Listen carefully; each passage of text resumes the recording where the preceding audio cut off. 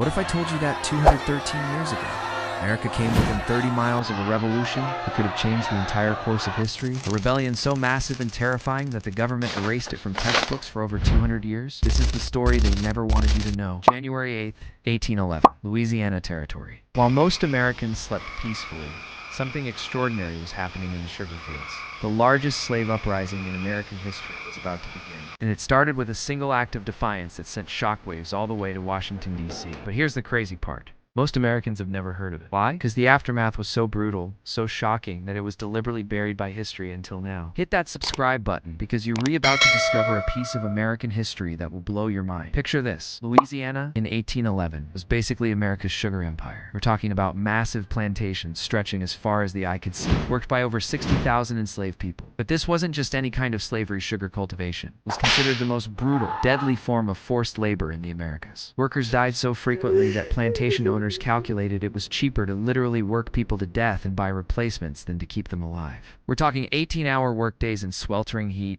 with machetes and boiling sugar vats everywhere. But here's what the plantation owners didn't count on. News travels. Word of the Haitian Revolution, where enslaved people had successfully overthrown their oppressors and created a free nation, spreading like wildfire through the slave quarters. And one man was listening very carefully. Meet Charles Deslandes, mixed race, highly intelligent, and working as an overseer on the Manuel and Dewey plantation. But Charles had a secret. He wasn't just managing crops. He was planning the unthinkable. For months, maybe years, Charles had been secretly traveling between plantations, building a network, sharing information, and preparing for something that had never been attempted on American soil. Coordinated mass uprising aimed at capturing New Orleans itself. We're talking about attacking the third largest city in America at the time, with the goal of establishing a free territory, essentially creating Haiti 2.0 on American soil. Think about the audacity of this plan. January 8th, 1811, 10 p.m., the Andrew Plantation. Charles Deslandes and his co-conspirators made their move. They attacked the plantation house, severely wounded Manuel Andry's son, and seized weapons. This wasn't just a plantation raid. This was the signal everyone had been waiting for. Within hours, something unprecedented began happening. Enslaved people from plantation after plantation began joining the march. We're talking hundreds of people, armed with whatever they could find.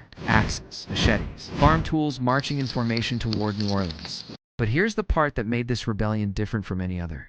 They weren't just running away or fighting back randomly. They were organized. They had drummers keeping pace, flags flying, and a clear military-style formation. Witnesses described it as looking like an actual army on the march. Picture this scene. Nearly 500 people marching in formation along the Mississippi River Road, setting plantations ablaze as they went. Each fire wasn't random violence, it was a calculated message. They were literally burning down the system that had oppressed them. The march stretched for miles. Witnesses said you could see the smoke from New Orleans 30 miles away. And here's what's incredible. They maintained discipline. This wasn't a chaotic mob. This was a revolution in motion. Their destination. The heart of the slave system itself. New Orleans. If they could take the city, they could potentially control the entire Louisiana territory. We're talking about possibly changing the map of America forever. When word reached New Orleans and Governor William Claiborne, absolute panic set in. Think about it from their perspective. Less than 20 years after Haiti, hundreds of armed, formerly enslaved people were marching toward their city with military precision. Emergency meetings were called. The militia was mobilized. Federal troops were dispatched. This was on just a local disturbance. This was being treated as a full-scale insurrection that could inspire copycat rebellions across the entire South. The speed of the government response tells you everything about how seriously they took this threat. We're talking about one of the largest military mobilizations in early American history, all to stop this march to freedom. January 10th, 1811, near the Jacques Fortier plantation, the inevitable confrontation came.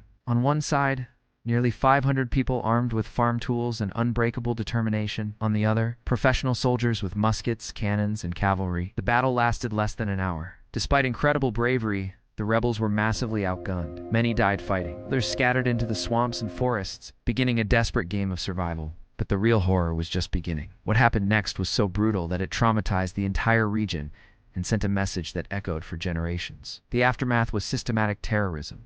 Over the next several days, military units and militias hunted down every single person connected to the rebellion. Trials were a formality. The outcome was predetermined.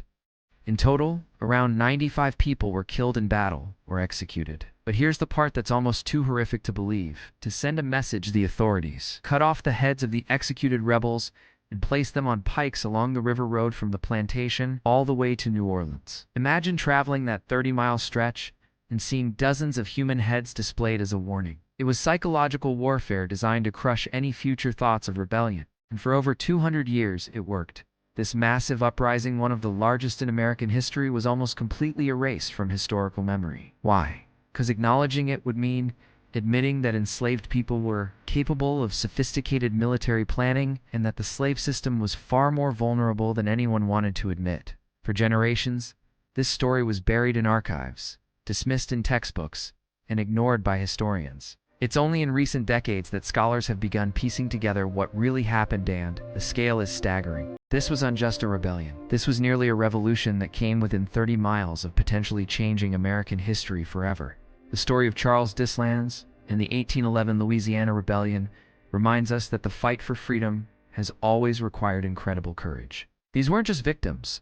They were strategic revolutionaries who nearly pulled off the impossible. If this opened your eyes to hidden history, smash that like button and subscribe for more stories they don't want you to know.